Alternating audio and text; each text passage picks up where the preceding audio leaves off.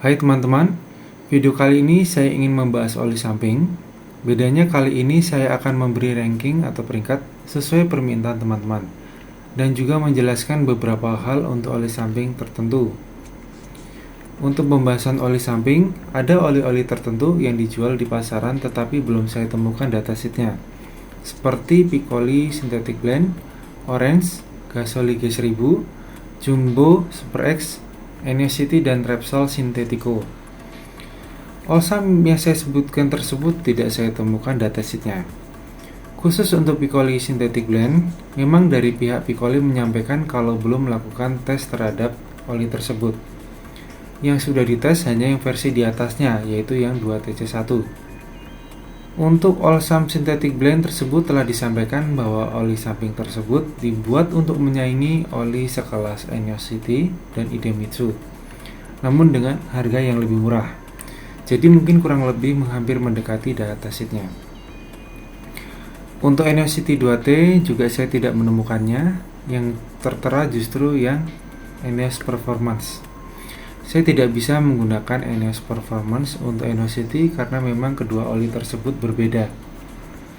Selanjutnya untuk Repsol Sintetico juga saya temukan hanya yang versi model terbaru, yaitu yang Moto Sintetico Repsol.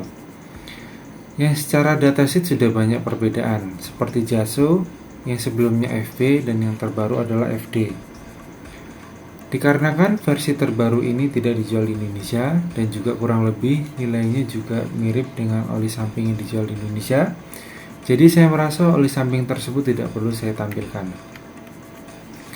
Tambahan lagi, pertimbangan kemampuan oli samping juga bisa dinilai berdasarkan struktur oli samping tersebut, seperti oli mineral, semi sintetik, dan full sintetik. Kategori mineral dan sintetik ini memiliki struktur oli yang berbeda.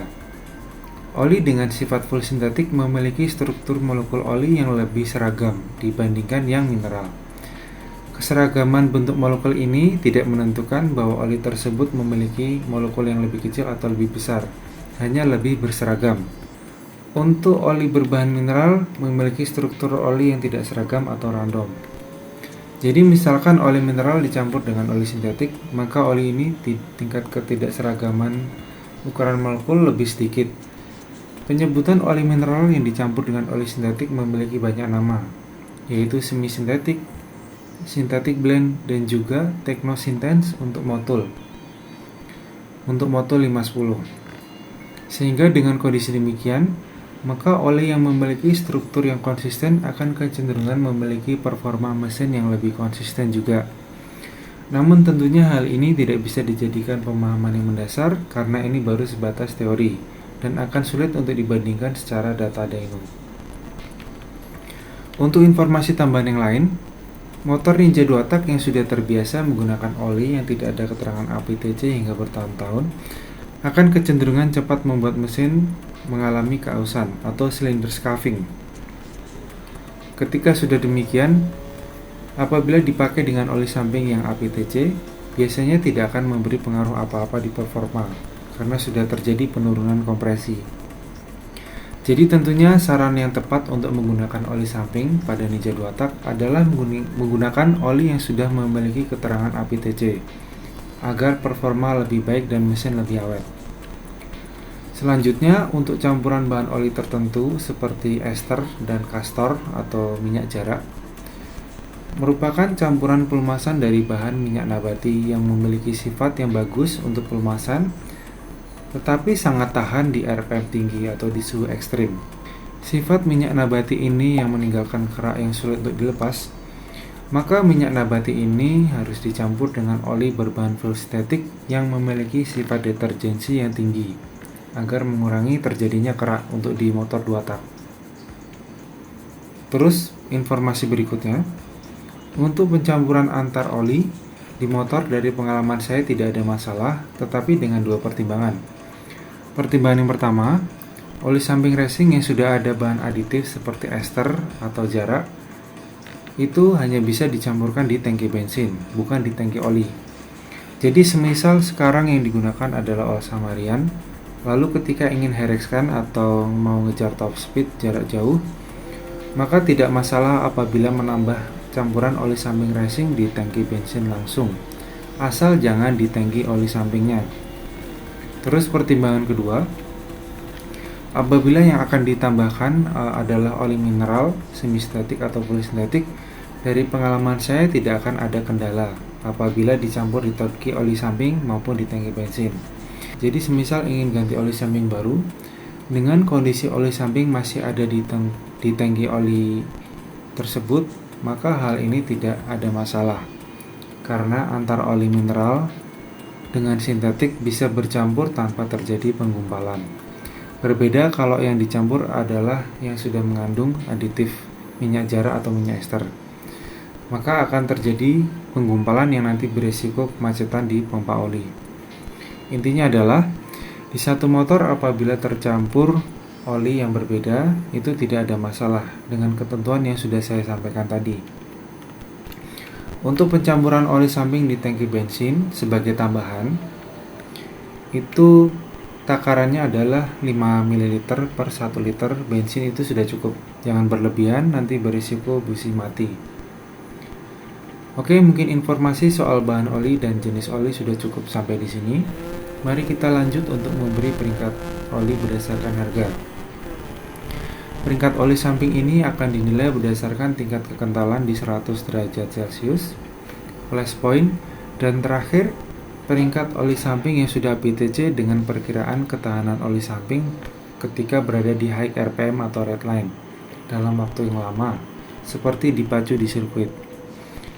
Redline ini kalau berdasarkan Speedo Ninja 2 tak itu sekitar 11.000 ke atas. Saya menggunakan nilai dari datasheet berdasarkan high RPM karena Ninja 2 tak atau motor 2 tak pada umumnya identik dengan performa tinggi. Sehingga bagus atau tidaknya oli samping menurut saya pribadi diukur dari ketahanan oli samping tersebut ketika dipacu di RPM tinggi dalam waktu yang lama, seperti ketika di sirkuit atau top speed jarak jauh.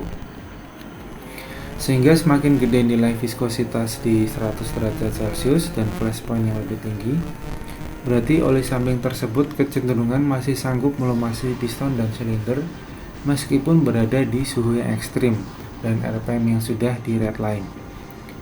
Oke, mari kita mulai dari peringkat berdasarkan viskositas di 100 derajat Celcius. Di sini terlihat untuk yang harga di bawah 100.000 dimenangkan oleh Piccoli 2TC1 dengan nilai 19,99. Berikutnya yang middle yang 100.000 sampai 200.000 dimenangkan oleh Hyperf Racing 2 tak dengan nilai 13,7. Dan untuk oli yang mahal dipegang oleh Motis M182 dengan nilai 21,4. Berikutnya peringkat berdasarkan flash point.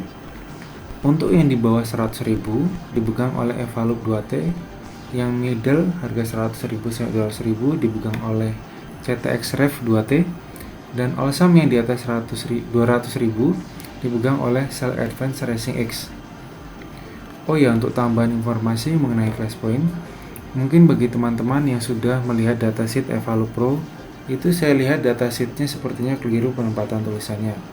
Jadi seperti inilah yang menurut saya yang tepat. Karena kalau penempatan tulisannya seperti itu, menurut saya kurang logis dengan angka segitu.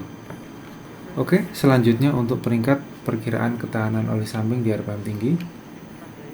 Untuk yang di bawah 100.000 dipegang oleh Piccoli 2TC1, yang 100 sampai 200.000 dipegang oleh Motul 710, dan yang di atas 200.000 dipegang oleh Cell Advance Racing X. Oli ini saya pilih sebagai peringkat teratas karena prioritas utama saya lebih memperhatikan pada masuk standarisasi APTC, lalu viskositas pada 100 derajat Celcius, dan baru flash point-nya.